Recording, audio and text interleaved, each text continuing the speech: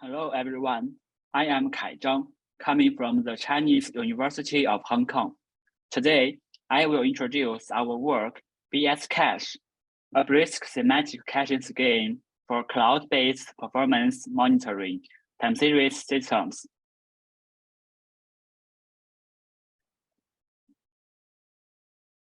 First, let's check what existing cache methods in cloud-based time series systems done. Cloud-based performance monitoring systems are emerging due to cloud's flexibility and pay-as-you-go capabilities. While caching mechanisms play a vitally important role for cloud-based performance monitoring time series systems. Given the limited bandwidth and long access latency of cloud storage, query performance based on the cloud storage is much worse than that of local storage. We have conducted a preliminary evaluation to show the impact with local and Amazon S3 cloud storage. Query performance based on the cloud storage is much worse than that of local storage. Now, existing cache schemes, such as with external cache systems, for example, memcached or Redis, are not specially designed for time series data and thus provide suboptimal performance. And there are different cache management configurations of time series systems. With the only metadata cache configuration, the system will only cache parts of the metadata, including tags, metrics, and time series mappings to speed up metadata query, and the results of previous queries are not reusable. If both metadata and data can be cached, the system can speed up the whole query procedure. However, existing methods separately manage metadata and data, thus completely missing the connection between metadata and data. Then, caching is important for query latency sensitive workloads. For instance, anomaly detection is one of the typical workloads which should be accomplished to satisfy both effectiveness and real-time requirements. Particularly, anomalies are detected according to the correlation between the data samples at different time points,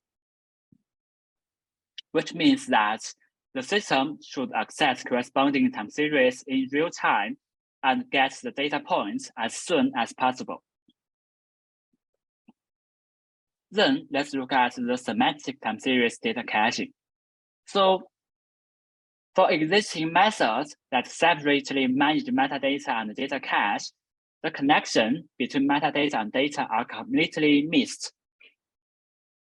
Because external caching systems do not understand the relationships, and they cannot fully exploit the temporal locality. So without understanding the relationships, query performance cannot be significantly enhanced by only increasing cache sizes. As shown in this figure, you may find even with larger cache size, the improvements for the query latency is lightweight.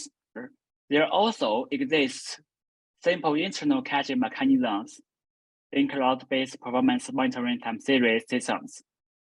For example, Cortex also supports the in-memory FIFO cache. And for this kind of cache methods, they also do not exploit the metadata and data relationships, so they cannot provide good performance with low cloud storage. So in this paper, our goal is to design a new cache mechanism for time series by bridging the gap between metadata and data with semantic cache. But now, there is no semantic caching specially designed for time series data. So to design the semantic cache for time series data, there are several new challenges. First, how to organize semantics-aware time series metadata and data needs to be addressed. Second, appropriate replacement strategy should be designed for time series data based on their semantics. And to deal with these challenges and to design this semantic cache for time series data, we propose BSCache, which is a lightweight semantic cache management scheme for cloud-based performance monitoring time series systems. There are mainly 4 components in BSCache. They are cache information, eviction policy, semantic-aware cache space, and distance counter.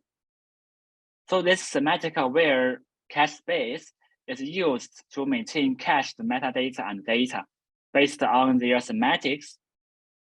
And in BSCache, we utilize chunk in typical time series systems as the basic cache unit.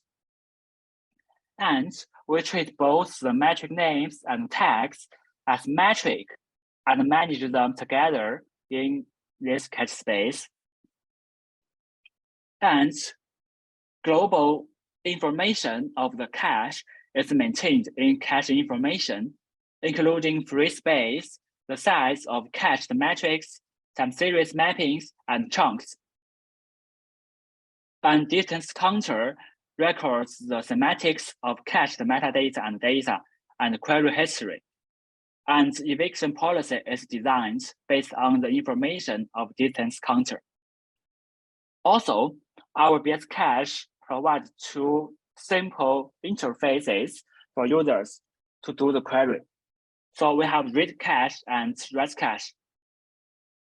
This read cache returns corresponding time series data in the time range back to the querier. Metric lists in the parameters can specify 1 or more time series based on the semantic of the query and the time series specification. And this write cache can add new data into BSCache. Chunks in the parameters will keep the latest query results and may need to update the metadata cache based on metric. Then we will introduce the semantic-aware data organization. In our design, data chunk is the basic cached data unit. Both the minimum and the maximum sizes are set for a chunk to reduce the number of fragmented data chunks. The chunk can maintain the covered time range and a pointer to the other chunk to make the access to chunks with data in a given time range easily. An overlapped counter is added to each chunk.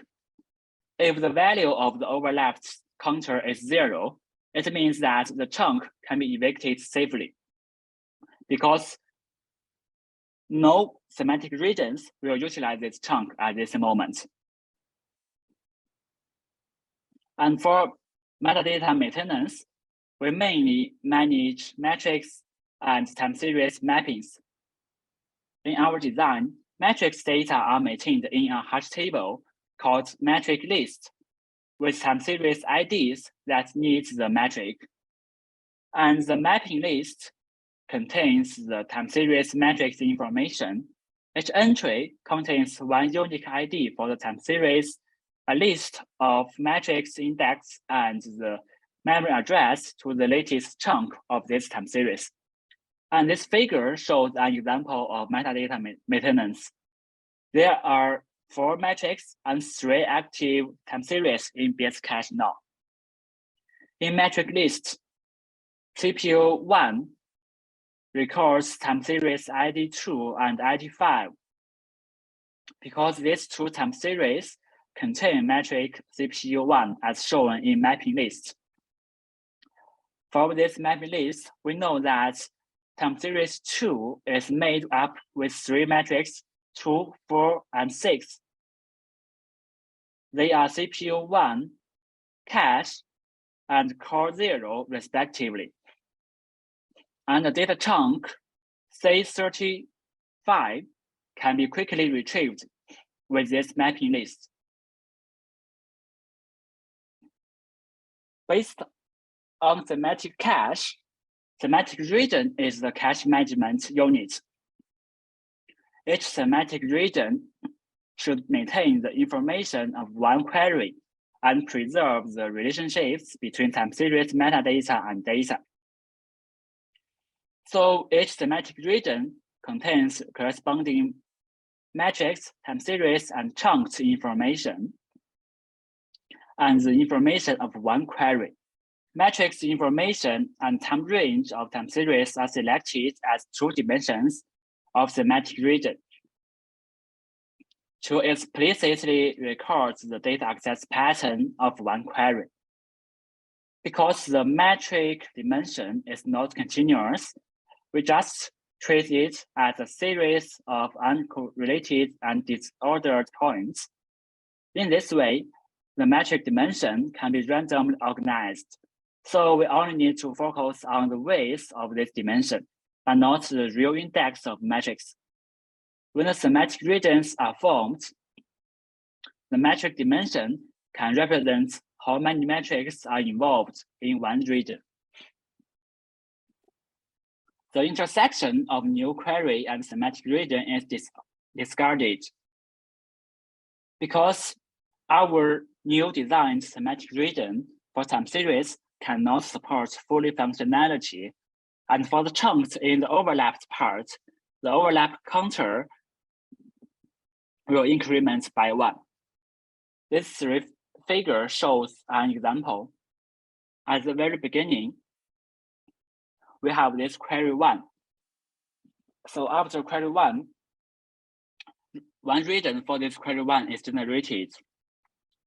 Then after another query is executed, another region for this query 2 is generated. Similarly, after the third query, we have another semantic region for this query 3. And all of them may have different matrix weights because they may contain different number of metrics. Semantic value plays an important role in semantic cache. It not only indicates the distance of different regions, but also is responsible to handle entry eviction. We design time series distance to calculate semantic values for time series semantic regions. Time series distance consists of two parts, metric dimension distance and time dimension distance. So this metric dimension distance is represented by the difference of the smaller of the two regions' metric numbers and the number of the same metrics, as shown in this formula. And time dimension distance depends on the difference on the median value of two semantic regions' covered time ranges. If the difference is less than half of the wider time range, which means that the center of another region is inside this one, we set the distance as 0. Otherwise, the time dimension distance is just the calculated difference. And the final time series distance is the sum of the metric dimension distance and time dimension distance. Then we utilize metric dimensions weights as the weight of each region. In this way, we fully utilize the metric information and time information to calculate the semantic value. In our design, when we need to evict one region, we need to go through the distance counter to choose the victim and get the metrics, time series, and time information of this victim region. And based on this information, we can remove the covered chunks. As shown in this figure, first, when there is a new query and we generated the corresponding semantic region R0, we need to calculate the semantic values of R1 and R2 in systems. So the result shows that the semantic value of R1 is over 100 and semantic value of R2 is 0. So based on this, we choose R1, which covers data of time series 1 and 5 during time 0 to 13 as the victim. As a result, entry R1 in distance counter is removed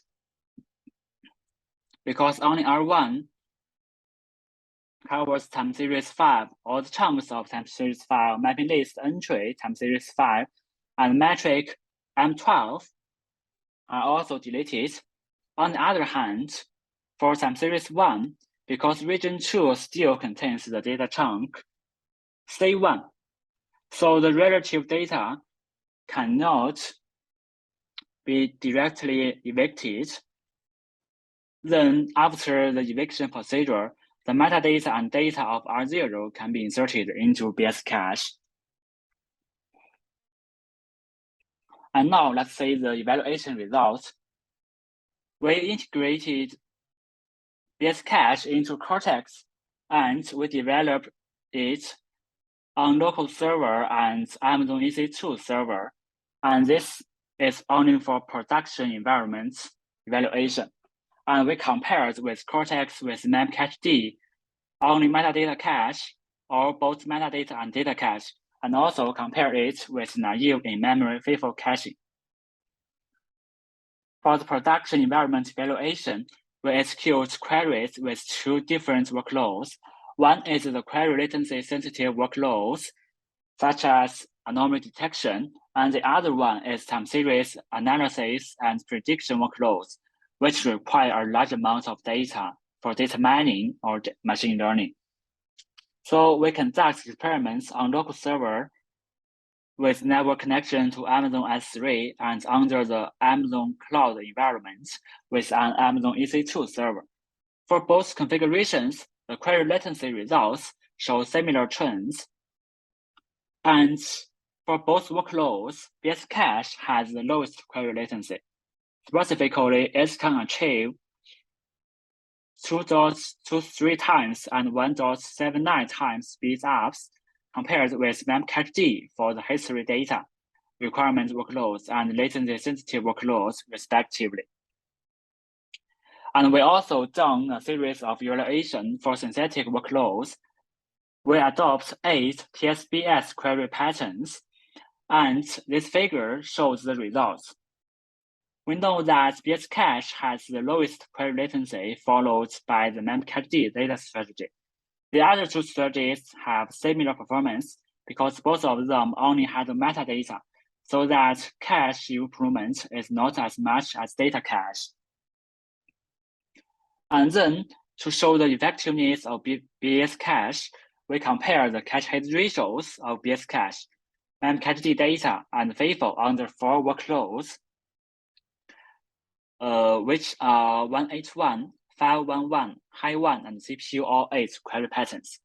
BSCache achieves a higher hit ratio than other caching strategies because BSCache can adjust cached data based on query patterns, and time series data semantics can be maintained. Besides, even if there exists cache miss for BSCache, it can also get the metadata, such as time series matrix set, to help speed up queries. And we also compare the memory overhead. Both BSCache and memcached data requires extra memory because in our experiments, we set 512 megabytes as the default data cache size. It is because BSCache needs to store extra semantic information, such as metric and mapping list and distance counter, while memcached data may maintain the same matrix information repeatedly for data chunks from the same time series. Anyway, the memory overhead introduced by BSCache is acceptable. In our work, we first mentioned that caching mechanisms play a vitally important role for cloud-based performance monitoring time series systems, and the semantics of time series are not utilized in existing methods. So we propose BSCache to maintain the relationships between time series metadata and data points, and it can significantly reduce the query latency caused by slow cloud storage. And our experiments show that BSCache can significantly speed up queries for such time series systems. And that's all for this paper. Thanks for your listening. If you have any question, please feel free to contact us. Thank you.